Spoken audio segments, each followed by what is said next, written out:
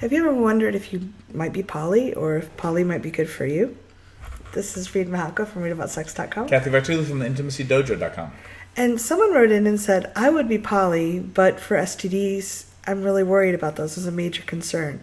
And when I wrote back and said there's lots of ways to have safer sex, since many, but not all, of course, poly folks are good about talking about their needs and getting tested and using safer sex practices, the risks may be lower than you think.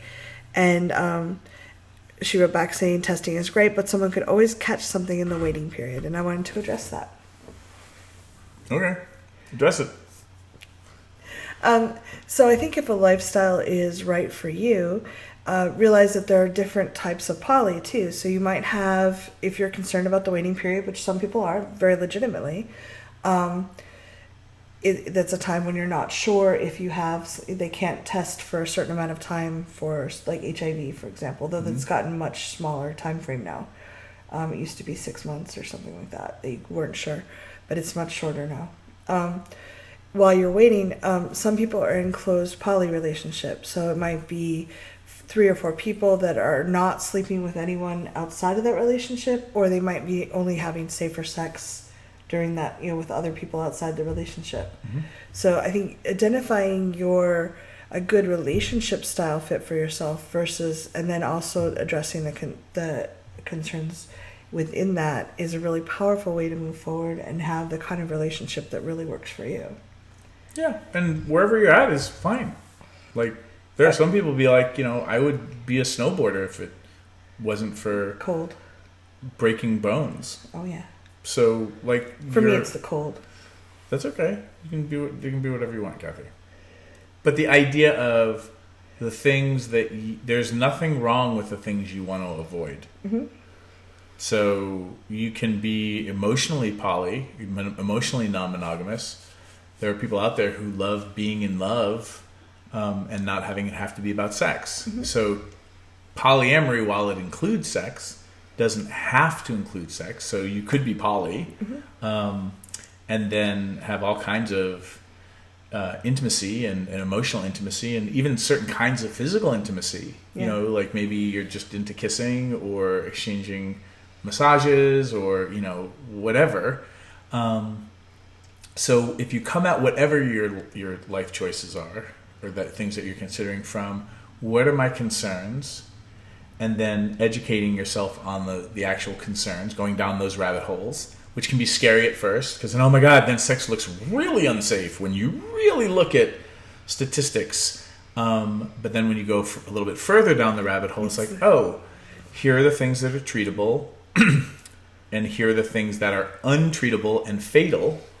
Then you start to understand that, and again, like, you get to have your emotional and orientation and just your own thinking about these things. These are my opinions. I'm not saying they're the way.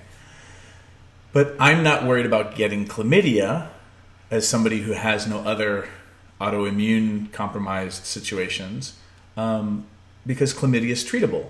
So if I were to be exposed to chlamydia in the window and then test positive for it, because I get tested, I try to get tested every 4 to 6 months, then I would have caught that I had it. I would learn that I would have it before it would have done any damage to me. So then I can get treated. But you have to learn all those things and then figure out what your own orientation is towards those things. Yeah. So go down the rabbit holes.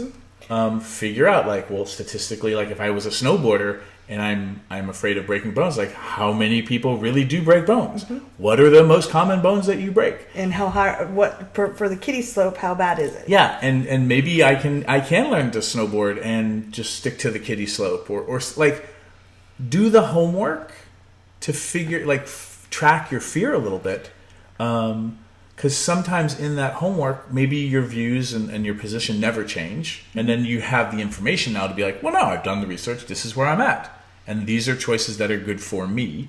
And then sometimes in doing the research, a whole other piece opens up. Either way, it's more empowering, I think, to go down those rabbit holes.